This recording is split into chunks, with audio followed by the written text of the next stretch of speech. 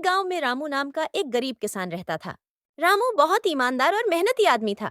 उनके जीवन का एकमात्र साधन जमीन का एक छोटा सा टुकड़ा था, जहां वे धान की खेती करते थे। वह दिन में काम करता था और दोपहर के भोजन के लिए घर जाता था, और भोजन के बाद फिर से खेती करने चला जाता। फिर एक बार वयाबहु बारिश हुई। बारिश ने उसकी जमीन की सारी फसल नष्ट कर दी।